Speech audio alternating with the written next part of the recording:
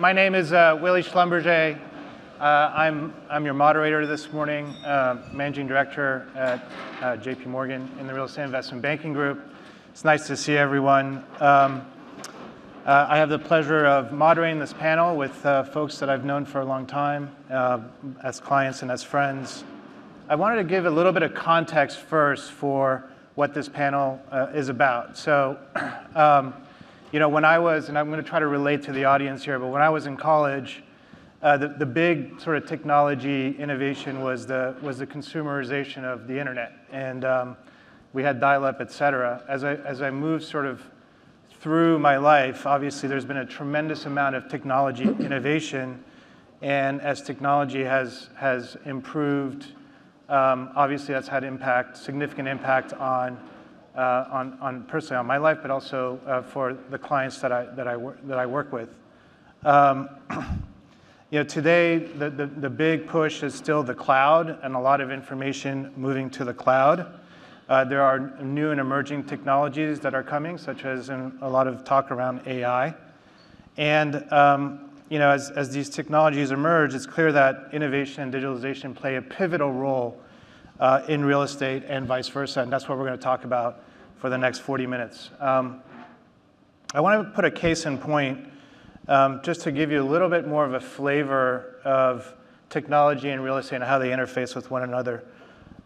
Some of you may be aware that there's a change in the Manhattan's skyline, and that's the construction of JP Morgan's new headquarters at 277 Park.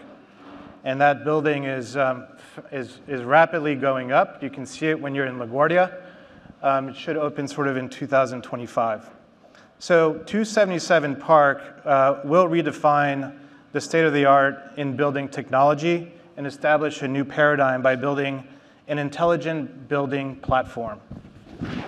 A platform that will allow the building to live, to learn and grow alongside its occupants. And one of the panelists this morning, I think, kind of highlighted the importance of premium real estate. I think this will be premium real estate.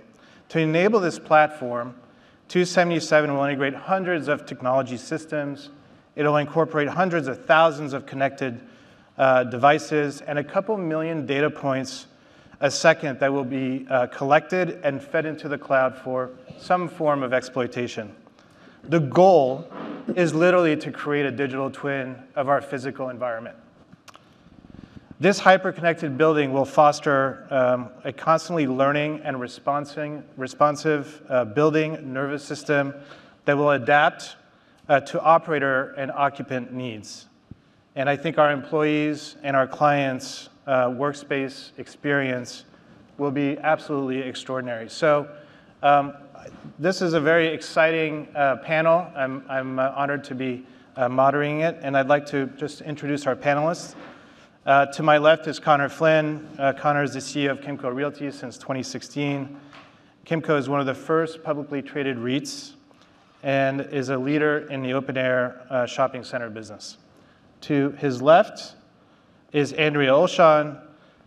She's president and CEO of Seritage Growth Retail Properties since 2021, and is the chair of the board of Olshan Properties, where she was CEO from 2012 to 2021. She brings a tremendous amount of experience overseeing multiple asset types. To his left is Ben Schall, president and CEO, AvalonBay Communities since 2021. AvalonBay is the largest publicly traded owner, operator, and developer of luxury apartments, operating under various brands such as Avalon and Ava. Some of you may have seen this in the city, Eves by Avalon, and most lately Kenzo. To his left is Brendan Wallace, who is the co-founder and managing partner at Fifth Wall, the largest prop tech and climate venture capital firm. He's a successful tech entrepreneur, finance, and real estate professional. And finally, to his left is Stephen Yalof, president and CEO of Tanger since 2020, a leader in high-end retailer outlet center business. So some retail, some multifamily, and a venture capitalist. So I'd like to start off our panel, please, with just looking at where we are with respect to innovation, digitization, what I would call sort of tech 1.0.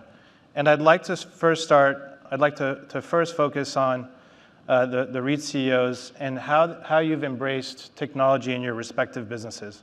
What investments and initiatives have you prioritized? And how have you adopted those technologies? So Ben, maybe I'll start with you. How have you adopted technology in the multifamily space, and how are you doing relative to some of your peers? Yeah, thanks, Willy, and great to see everybody.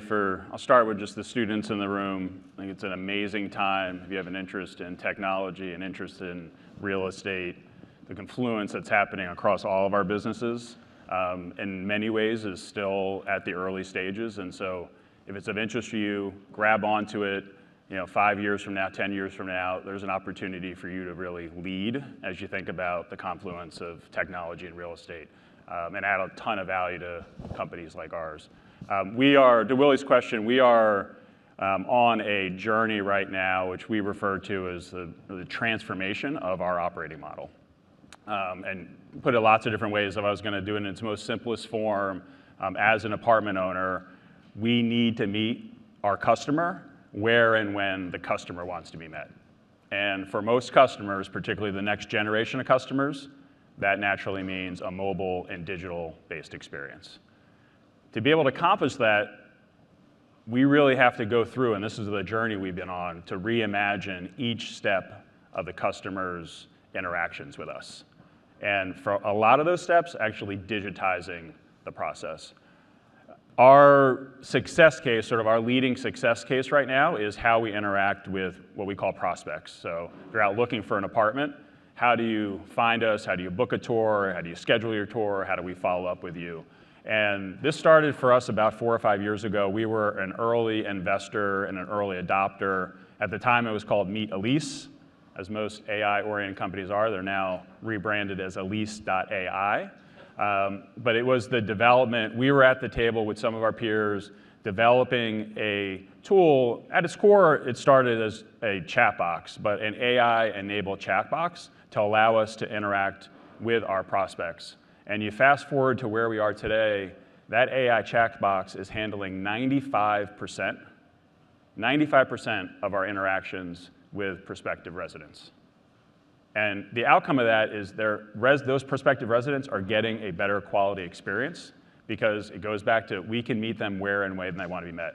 They want to rebook a tour. They're sitting in bed at night. All of that we're able to handle in just a much more seamless way. So we're increasing the value proposition for the resident, which ties into our core mission of creating a better way to live. It also allows us to create some very meaningful efficiencies as we think about our operating model. And we can talk some more about it, but our overall operating model transformation, there's a real bottom line impact to what we're doing. And so we've quantified that opportunity as an $80 million annual incremental opportunity of NOI to the business. So obviously huge numbers associated with that. And that's what I emphasize for you in terms of the power of this digitization and technology, which is enhancing value to the customer while also driving meaningful value as we think about the value of our underlying assets. Great. I'm just going to go around to some of the CEOs to continue to comment. Conor, maybe I'll hand it over to you. How are you adapting that technology in your business? At Kimco, we primarily own grocery-anchored shopping centers with some mixed-use assets. And when you think about like the 1.0 that we're talking about, it's still like sort of the blocking and tackling of the business is digitizing it and sort of giving you the tools to be able to be more efficient. And so efficiencies of scale has been our focus at Kimco for a long time. And I think technology is one that actually advances size and scale to advantages of scale. And that's sort of our mantra this year, is really taking efficiencies of scale and turning the dial to advantages of scale. And it's up and down the organization. As Ben said, you can use it for the leasing initiatives. I almost think of it as like offense and defensive. Like you can think of it as tech and digital and AI, data analytics has given us more intelligence about our customer than we've ever had before. And if you dial back like 5-10 years ago, what were the major advantages that online retailers had? It was really data, if you think about it. At the root of it, it was data, and then they didn't have sales tax, so they were getting like a discount to what they could charge. So like those two advantages were seismic, and that's what dawned sort of the e-commerce era. And what's happened since then, all of our large national brick and mortar tenants are all e-commerce tenants. Every single one is the largest, including Amazon with Whole Foods and Amazon. And so you look at the transformation of data and what that means, it's really still the very early innings of what you can do with it. And so what we try and do is focus on really the customer, and really what the customer is going to continue to look for is convenience and value. And so they're always going to want things cheaper, and they're always going to want things faster. And so our thesis is to lean into that, and our shopping centers are typically at the focal point of where people live, work, and play. And so if you can interact in that customer journey and make it efficient for them, make it so it's an ease of transaction, make it so they enjoy it. It's that combination of e-commerce and physical brick and mortar that's winning today. And you usually start on your phone or on your tablet, and you usually research or window shop. And then integrating that into the experience of going into the store, or it's a return at the store, it's very clear that's where the margin is. And that's where, in a higher inflation environment, that's where retailers are focused. It's no longer just growing e-commerce sales that mostly are unprofitable. It's about following the margin, and the margin is in the brick and mortar sale because you usually get an add-on sale if they're returning something. And so that's really the dawn of the 1.0 that we're talking about. And really sort of it's amazing to think, how far retail has come in a very short period of time of what was once marked for extinction, right? With the dawn of e-commerce, has now all of a sudden become the sector with the lowest vacancy rate of all commercial real estate sectors, the lowest new supply, so 0.1% of existing stock is under construction. That's the lowest of any commercial real estate sector. And new stores are opening versus closings at a 2-to-1 rate. And so it's sort of remarkable to think where we came from and where we are today. And sort of the new 2.0 I think is what's super exciting. And great, and just to sort of build on that, the comment about sort of e-commerce and the impact on retail, but just maybe just talk a little bit for the audience, the BOPIS model, and maybe bring that a little bit more concretely to the audience. So BOPIS, buy online, pick up in store, is the definition of that. Kimco launched curbside pickup. We've actually trademarked it, so all of these guys owe me some money. But what we actually did at the onset of COVID was try and figure out how to utilize, everyone had to quickly define what's essential and non-essential retail, and then quickly figure out how to go about serving the customer as best as you possibly can in a pandemic environment. And so buy online, pick up in store, curbside pickup all became sort of the new norm for what customers wanted and needed in a time like that. And so the shopping center quickly evolved to become, the simplest way to think about it is really the shopping center is one big drive-through. And if you've ever gone to a stadium of any type, where do you park? You typically have to remember you parked in lot A, section C, in spot 5. And so all we did was really take that and say, okay, we're not going to compete on the digital app basis. Typically, the retailer has the best app in the game. If you want to shop at Target, you're going to go to target.com. You're not going to go to kimco.com. And so what we did was just take the physical world, plug it into the e-commerce world, and say, okay, all you have to do when you get to the shopping center is say, in the app of the retailer, just tell them what spot you're in, and they'll service you, whether it's curbside pickup or buy online, pick up in store. And so that's been very successful. We launched it and took it nationwide.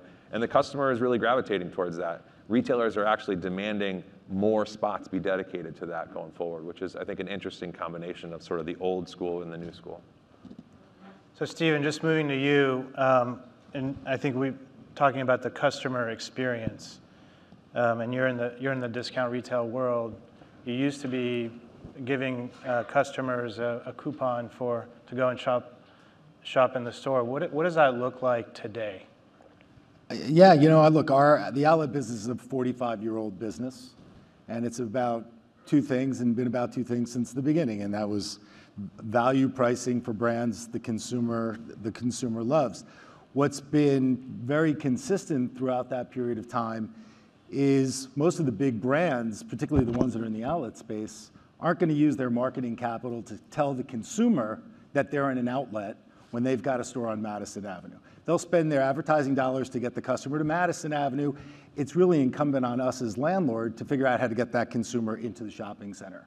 So, the old way of thinking, the coupon books and all the other inducements that we would use, the billboards of the past for an outlet center when you're driving down 95 somewhere between Maine and Florida, was 95 great stores, great designer stores, but no brand names because the retailers wouldn't let you use brand names.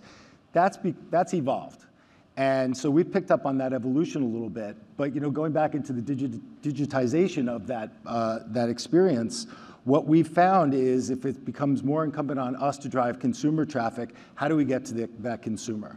And a lot of the folks in the room, you said there's 100 students in the room, you are our customer. You are who we are trying to get in front of. And we can do that and speak to you in a language that is personalized to you, how you want to be communicated with. So we've established a loyalty program, and embedded in our loyalty program is a personalized communication. If you get 100 emails from somebody every week, you're going to be trained not to open those emails. But if we can figure out how to use our AI technology, and our head of our tech department is here, we know how to personalize that email. Using the data that we get that we capture from you when you become a consumer with us, we know how to bounce back to you and speak to you in a language that we'll know that you're going to open up that email communication. It's interesting, we talk about time being the most precious commodity. And we're constantly thinking, how do we save people time? How do we save people time? But I would submit that loyalty points are even more precious than time. Because if you think about it, if you have a flight from New York to California, you would stop over in Kansas City for an hour if you knew you were going to get double loyalty points. It's just the way it works. So we're figuring out a way to incent our customers to come back to shop with us. We're putting the brands out in front of them with the brand's permission, of course. But because we're on sale every day, our loyalty program can be funded by the retailers themselves because they can just give an added incentive of an additional discount, which you really can't get in that full-line bricks and mortar business. And we can share that with the consumer. So we're able to use technology, use AI, get out in front of the consumer, share with them value that they love for the brands they want, and train them to open up that email communication. Yeah, Andrea. So it's interesting. We are right now in a sales process at Seritage, and where we're seeing technology and really having a tremendous amount of success with it is on the transaction side. And we have been over the last 2 years the most active in the sales space and really in all of the REIT world, but also really more in across the country. And we're selling a lot of different properties in a lot of different places, and they go from very large properties in marquee markets to Sears, where you look at a Google map and you see more trees than you see roads or rooftops. And we've been using Crexi and 10X auction platforms to sell these assets, and we're finding that there's a tremendous amount of success. And when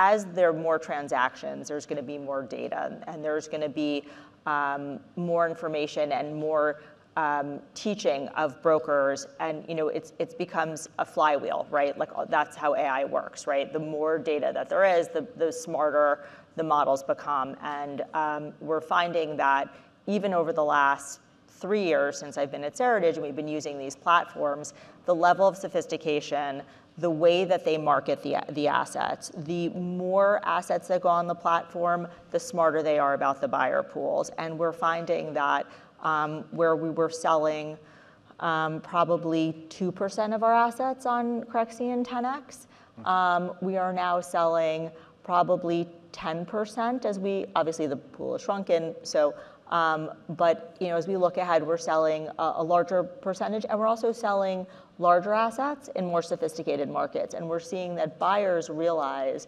that real estate does a lot of things that are highly inefficient. We're not really a particularly tech-enabled industry yet. I'm hoping that we can solve that with Fifth Wall and some of the investments that they're doing. But it's individual brokers in individual markets that are speaking to the people that they normally speak to. They have huge constant contact blasts that they blast out. To Steve's point, like the more emails you get, the more you're trained to delete them. Often they go to spam, they go to junk.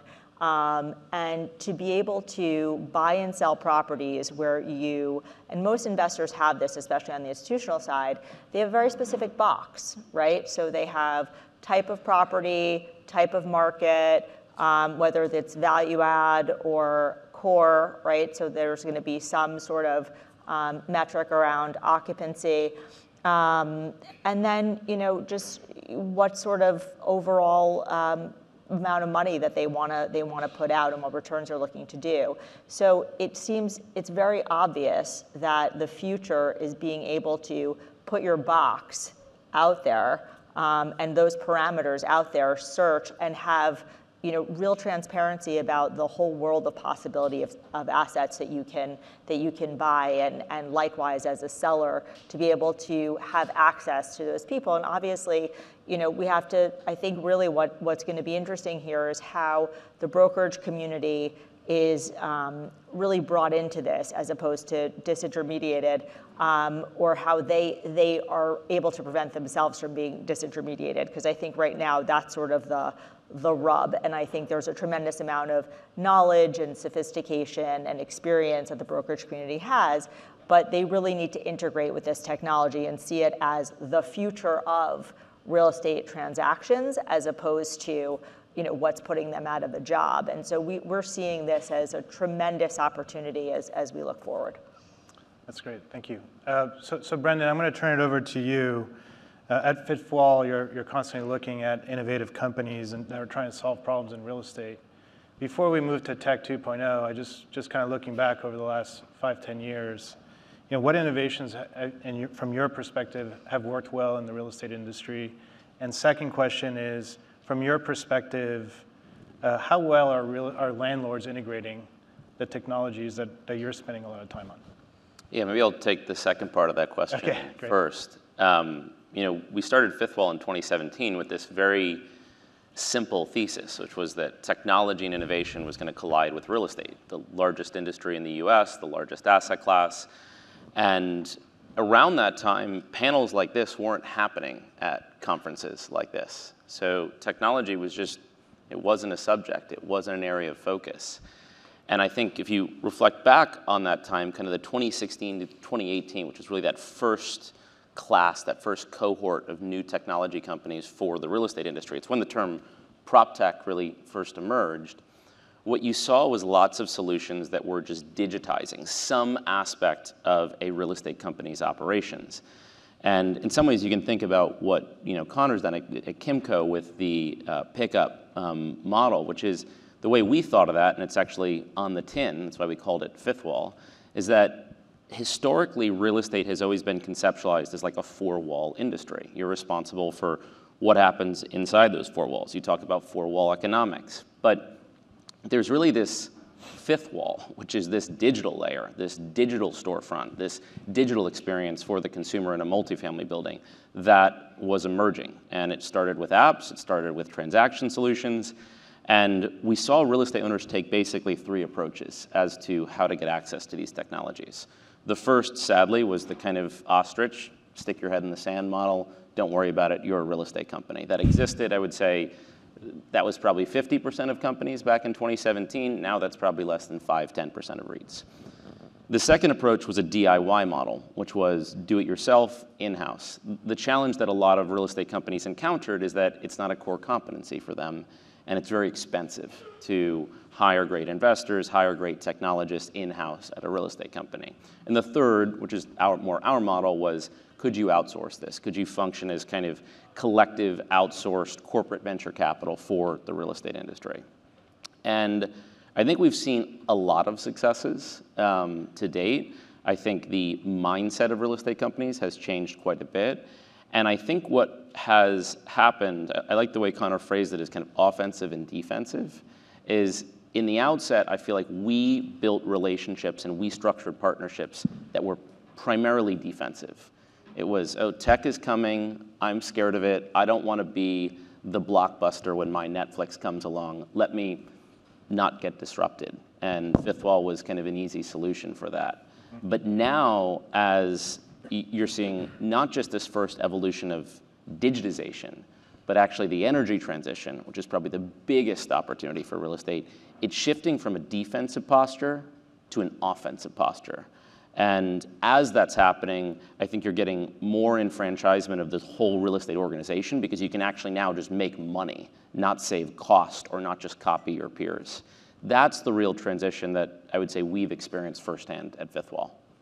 Yeah, and I want to come back to that point about energy and offense, but so far we've been sort of talking about Tech 1.0, and like you said, over the last 5-6 years has been a tremendous amount of growth. But just shifting to sort of Tech 2.0 and sort of the outlook, maybe Ben, starting with you, what is Tech 2.0? When I say that, what does it mean for you in terms of your business and where you're going? Yeah, a couple of comments I'd make. This goes a little bit further in terms of our approach with customers. We're starting with AI, which I've talked about. Another big change for us is the leveraging centralized resources. And so when we think about our customer journey, if AI is not meeting the customer's needs or there's something that AI can't handle, our next line of interaction is now actually a centralized service person, and generally somebody who's specialized in meeting that specific need. If the centralized person can't handle it, then it goes to an on-site person. So when I think about kind of the technology that's involved in that shift, there's the broader ecosystem that we think about. How do we utilize technology on the resident side? But there's also a big part of it, which is how do we utilize technology to support our associates more efficiently? So we have 300 apartment communities, right, all different profiles. Think about parking, units. The extent that we can tap into data and provide that data more efficiently to our customer service associates, that allows us to then get a better value proposition to the customer. So that's one kind of component of it of change. Another one, which a couple of folks have hit on, and this is a big part of the technology, there's also the physical element of it, right? So Conor talked about it in the shopping center space. For us, one big area of focus is the concept of self-guided touring. And self-guided touring's out there, but in the apartment industry, it's still, I'll call it like circa 1990s, right? You're like picking up a key from somebody at the door, you're going through the experience. It's nowhere close to where I think it can be in terms of interacting with a customer, making it a personalized type of experience. And then the physical element of it is we're actually, we're a leading developer, and so we can evolve our product more quickly than most, but we're actually evolving our product at this point to facilitate the use of technology. And self-guided touring is a key area of that. And think about an old tour, probably a lot of urban livers here, but if you were in a suburban setting, like the old tour, you're wandering around the property, maybe the amenities over here, the apartments over here. We're actually building to centralize that interaction so it is simple and seamless for a customer. And self-guided touring, and this is an area we're actually investing ourselves, because there are components of this digital transformation that we want to own and we want to control because we think it can be differentiating. And self-guided touring is one of those sort of holy grails. If we can increase both the quantity and the quality of that tour experience, increase tour capacity, and increase conversion, I would say it's tremendous opportunity in terms of bottom line impacts for us. So that's where we're headed as we think about the next version of both providing a value proposition to our residents and supporting our associates. What percentage of your tours are self-guided right now? The old model of self-guided is in the range of 60 to 70%. Right? Most of our customers have told us they don't want a sales associate trailing them around, right? When they're talking to their roommate or talking to their partner, they want to be there and supported, but they don't want the person standing in the apartment with us. But that old kind of the existing, this is true across the industry, it's still it's not a technology-enabled self-guided touring process. And so that's what we're rolling out. Big part of it is smart technology, smart home technology, which Brendan spent a bunch of time in. You got people like SmartRent and Latch, which have been going through some of their own dynamics. So you need some of the digital tools, you need the physical technology, and for us also designing the communities in such a way that it makes it more seamless. Conor, in your space, just Tech 2.0, what does that look like? And Stephen? Yeah, so again, going back to like offense and defense is the way I like to characterize it. So on the offensive side, I really think of like energy as the new forefront for us. Because if you think about a shopping center, like what do we have? We have a common area space that's underutilized, parking lots, with the onset of, driverless cars at some point in the future. I do think our parking lots are going to be extremely valuable because the way that it's dictated right now by municipality, it's usually 4 spots per 1,000 square feet. And so typically when you think about if you're already using Uber and Lyft, and then you start to use those and you start to have less requirement for cars and parking lots because it's more of a daily trip, then all of a sudden you can activate those parking lots to do more density or potentially some energy opportunities. Rooftops, we've done a lot of solar. We continue to think that the tower industry is an interesting one as well. Shopping centers as a whole, I think, are still evolving in terms of what new revenue sources can be generated. And I think a lot of technology on the offensive side is going to evolve that shopping center to have more revenue generating ideas going forward. On the defensive side, I mean, clearly, I think cybersecurity hasn't been mentioned yet, but that is a major expense for corporations, and it's only getting larger. If you don't know what a CISO is to the students, look it up. Chief Information Security Officer is going to be a massive need for all companies. And regardless of size and scale, it is expensive, and it's getting more expensive to have really focused cybersecurity initiatives. And I think technology is going to evolve that to be very important for those that really have the ability to adapt, the ability to continue to evolve. And I would say in a few years' time, every single one of the folks that are on the stage are going to have a CISO. And I think it's going to be something that continues to be, on the defensive side, super important to organizations, especially on sensitive data. I mean, you read about a new cybersecurity issue every day. But it is something that I think on offense, it's going to probably lead to more efficiencies, like on the HVAC side. I know Fifth Wall is working with us on some new technologies there. That's a pretty antiquated technology, but we buy a lot of HVAC units for all of our retailers. We buy a lot of roofing materials. We do a lot of paving on parking lots. So it's those types of major expenses and major investments, I think, are ripe for future evolution.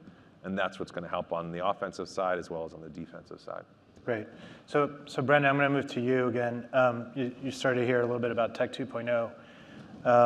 In your shop, what is Tech 2.0? Maybe talk about AI specifically and generative AI and what that could mean for real estate, and then maybe on energy as well. Yeah. So the way I think about it is using the same analogy, offense and defense. Tech 2.0 is offense. And I think that's the inflection the real estate industry is going through right now. The potential of AI in real estate is obviously massive. With that said, I think the bulk of where it's going to start is around decreasing cost around the services industries that support the real estate industry. So the first iteration that we're seeing now is that the real estate industry, by and large, is a net beneficiary of the fact that everything from law firms to accounting firms are able to do exactly what they've historically done with lots of humans now with machines. And more of that will probably be brought in-house to real estate companies, but it is a cost-saving mechanism more than anything else. On the offensive side, there's really just 2 core themes that we think about, and most of the technologies that we invest in fall into one of these 2 themes, which are basically theses about how the real estate industry is going to change as a function of the energy transition. Real estate's the single largest energy consumer as an industry in the world. It's 40% of global CO2 emissions, 40% of all electricity and power consumption, 40% of all raw materials. The 2 assumptions and the 2 theses are, 1, real estate assets in and of themselves are going to become power plants. This is a function of generating energy on premise, stationary batteries to store energy and pull energy off the grid, and then microgrids and virtual power plants to be able to sell that energy back. That's the first component. It's probably one of the few sure thing theses in tech. There's lots of reasons for why it's the case, but one of our core propositions is we want to invest in everything around that. The installers, the batteries, the virtual power plants that we see as part of that. Buildings becoming micro-utilities in and of themselves. The second thesis is, I think, an even more offensive one, which is the real estate industry is about to eat the gas station industry. And the reason is that the entire vehicle fleet in the US and the world is changing over. By 2030, the majority of cars sold are going to be EVs. The entire fleet in the US and the Western world is probably going to change over sometime between 2040 and 2050. As it does, gas stations are going to become irrelevant. There's around 25,000 gas stations in the US. The industry makes, give or take, $500 million a year. That's going to move to a real estate business. And as it does, you have this massive, powerful transition in the sense that the gas station industry is about a 1% net margin business, not super profitable, has a massive supply chain. When you make that a real estate industry with EV chargers, especially when you combine that with buildings becoming power plants, that becomes like a 20 to 30% net margin business. That is a lot of EBITDA. And so we think those two trends will kind of underpin all of the offensive technology investments in and around the energy transition, and I would see that as the next wave, the next approach for real estate owners to not just save money, but actually generate entirely new sources of revenue that are massive and really consume massive parts of the economy that are a part of the energy transition. Yeah, I'd be curious to reactions from any of the REIT CEOs about this concept of energy transition, how you might invest in the business, in your businesses around energy and energy consumption. I mean, we see this a lot in hospitality. So taking off my Seritage hat, putting on my Olshan Properties hat, we have a hospitality portfolio. We always have. You turn off the lights in your apartment, you don't turn them off in a hotel room, right? So the amount of waste of energy in hotels is massive, right? Because even in apartments, you're paying your own utilities. So I think the industry, and we have a large residential platform as well, making that clear to the consumer. Often we've had a very hard time with people understanding the cost of living somewhere, the total cost of living somewhere, and there really is just a focus on rent.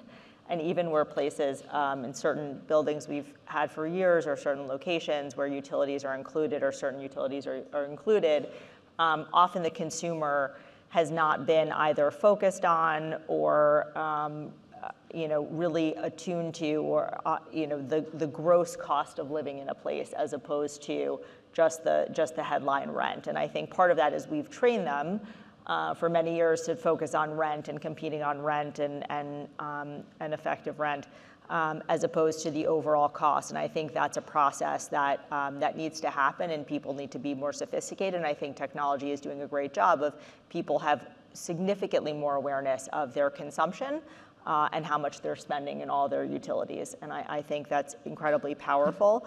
And I think changing that consumer behavior is going to help from an environmental perspective. Hospitality, we have retrofitted all of our hotels to have very sophisticated building management systems. We are able to, everyone has seen this in Europe for many, many years, where you stick your key card into, to turn the lights on, you need to put your key card in. And when you take your key card out, everything shuts down. So it's like a forced turn off of utilities. Obviously people get sophisticated, they take two key cards and they stick one in and then they take the other one. Where we have building management systems, we're aware of people in resort locations are leaving balcony doors open. It's doing automatic shutoffs. It's alerting housekeepers. It's training the cleaning staff to check thermostats and check lights and check doors. And so I think there's tremendous opportunity there. I still think, unfortunately, it's still too political, and that people do it in areas where they get incentives. And I think as the cost of the technology it has gone down to a point where there is a real return on it.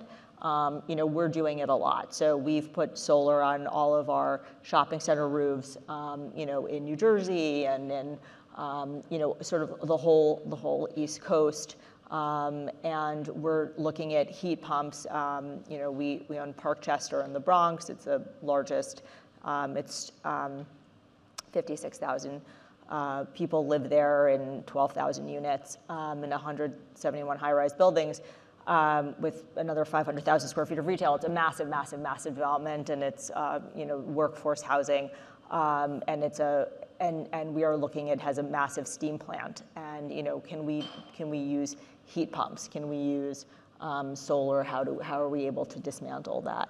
And to really make it driven by the resident, right? Like that has to be something that the residents want, and it makes their life better and gives it a competitive advantage, not just to owning it, but to living there. So I think in all of those cases, it's incredibly important, and I think that looking at it, educating the consumer, I think is really going to be the difference, and because every consumer is a voter, is taking that and making sure that it's something that is not just mandated, because I think we see that with Local Law 97 in New York City. I don't know how sophisticated people are in terms of that, but making buildings efficient that in certain cases, because the configuration of the buildings and rent regulation can't actually be made efficient, but instead actually giving people the information of saying what is practical and how will this improve my life, and giving them, everyone has a phone, everyone has the power to get their bills and their usage online, even from public utilities, and making that customer more sophisticated and then advocating for themselves. So we have a couple more minutes. Maybe I'll open it up to the floor and see if there's some questions. Maybe the gentleman here in the front, right here. Yes, sir? Yeah. Hi, amazing panel. I'm a student from Schack, and I have seen a lot of growing trend on building technology integrate with digitalization, such as digital twins and smart building. There's a huge amount of data that's being captured, but however, those data are not fully utilized. So can you elaborate more on some of the strategy that you can utilize those data more efficiently? And for any of the existing portfolio that lack of those digitalization transformation, what kind of digital technology would you think is worth to invest first? And when will be the good time to invest? It's a lot of questions. Thank you. Who wants to take that? I think you should. Brendan, you want to take that? I was assuming that was for the real estate owners, but I'm happy to take it. Yeah. You're the investor. I mean, there's a lot of data analytics going on right now. I think what we're trying to do is identify all the, to your point, there's a lot of data out there, and trying to sort through it and see what's valuable is really critical. I think the key is trying to use it for capital allocation in the ultimate scenario. Right now, the data is really utilized to understand your customer and your trade area the best for our shopping center organization. But really, I think the future is going to be how you can take that data and use it to generate assumptions on the future of growth, affluence, trade area, demographic shifts, and making sure your merchandising mix is optimized to really generate the highest NOI. And that's really sort of the ultimate, I think, in terms of like the future of taking data and using it to your advantage. Yeah, it's interesting, Conor. I think the apartment industry to some degree is sort of the flip of that, right? Which is like there's more access and information just generally available about our asset class, and as you're making those capital allocation decisions, where we need to advance is on providing the personalized experience for the customer based on their preferences. I think there's actually tremendous technology opportunity. There are not that many systems that are used in the real estate business. So there's like basically MRI and Yardi, and what's interesting about them is that they are not just accounting tools, they sort of bleed into customer service. So they have a lot of data on sort of like cost, and they're mostly cloud hosted as well. So, it's like they have information on what rents people are getting, what things cost in different markets, different property types. Then they also have data on customers, like how many tickets are they putting in? What are you charging back in utilities to them? And there's very, very poor integration of either taking all that data and aggregating it and giving it to people and sort of aggregating it and then scraping it and having takeaways from it. They also do a terrible job of integration with giving people their own data. So whether it's from the investor side of like, where do we invest, like what should things cost, where do we invest, which obviously would be helpful sort of upstream, if you will. They do a really bad job downstream also of giving tenants data about what things cost and how much they should be spending across the market. And I think the only good thing about having these two somewhat lousy systems that we're sort of a little bit stuck on using until sort of these APIs, or we could actually, I wish, hopefully disrupt APIs, which is sort of they're the technological plug. So there are people who have built better bolt-on applications around real estate, but often it's a very clunky integration into these accounting systems, and so you end up sort of doing the best you can with a Yardi or an MRI, or JD Edwards, thank you for that, at Seritage, or like, doing the best you can with these sort of systems, as opposed to bringing in others because they don't integrate well. And I think, to me, if there's a way of technology helping that, I think the amount of information and the amount of analysis of that information could be unbelievably powerful for the industry. There's just one other comment on that question, which is, historically, every company, real estate companies included, have been told by every McKinsey and Bain and BCG consultant out there that your data is your proprietary asset. So, keep your data as a treasure chest. It's your Fort Knox. Your competitors don't have it. It's your key. And a lot of companies spent a lot of money with that view in mind. What AI has done, especially generative AI, is really flip that. And there is now, just taking kind of 3D spatial data and renderings, there's the ability to generate renderings of almost any asset without the owner's consent right now. There's a technology company we invest in called Tailorbird that literally takes data that's publicly available on multifamily in particular and generates very quickly high precision renderings of individual units, and could probably do it for this room without ever having been in it, off of publicly available data, pictures, social media data, that is incredibly accurate. So one of the very significant inflections that's happening is that this heretofore view of data is your asset, keep it guarded and proprietary, the value of proprietary data is on the decline. And the value of generative AI, or the potential of generative AI, is for more of a open sourced, API-driven, open data source approach to generating information. That's not true of financial data yet, but I would be shocked if it's not the case 5 to 10 years out. So there is a massive mindset shift that's afoot across the entire corporate world, but the real estate industry, I think, is just starting to see this, where data is no longer a proprietary asset. Your data is a commodity. What you do with that data and how you use that data, that is your proprietary asset. And that's a complete mindset shift from where we were 10, 15 years ago. Thank you. Great. I'll take one last question right here in front. Yeah, Rob Lawrence. This is for Brendan. What is your view on the tokenization of real estate? Where are we, and how big do you think that's going to be? Great question. I feel like I was asked this question a lot, like 2-3 years ago. It's the first time I've been asked it in a while, which is maybe a foreshadow of my answer. I think there was a lot of excitement around blockchain and crypto as it relates to real estate. The challenge, I think, with real estate is that it doesn't have a lot of the conditions you need to be a great application for tokenization in the blockchain. Transacting in real estate is not a low trust transaction. When Avalon leases to a tenant, they know exactly who they're leasing to. They know their credit. The tenant knows the space. There's very little fraud that actually happens there on the front end. Same is true of housing, same is true of title, same is true in commercial leasing. And so what I think we've struggled to find with crypto and tokenization is an application in real estate transactions where there's such a low trust environment that it actually makes sense. The reason crypto is so attractive for lots of people is the anonymization of it and the fact that it can be this low trust store of value. You just don't have those conditions in the real estate industry.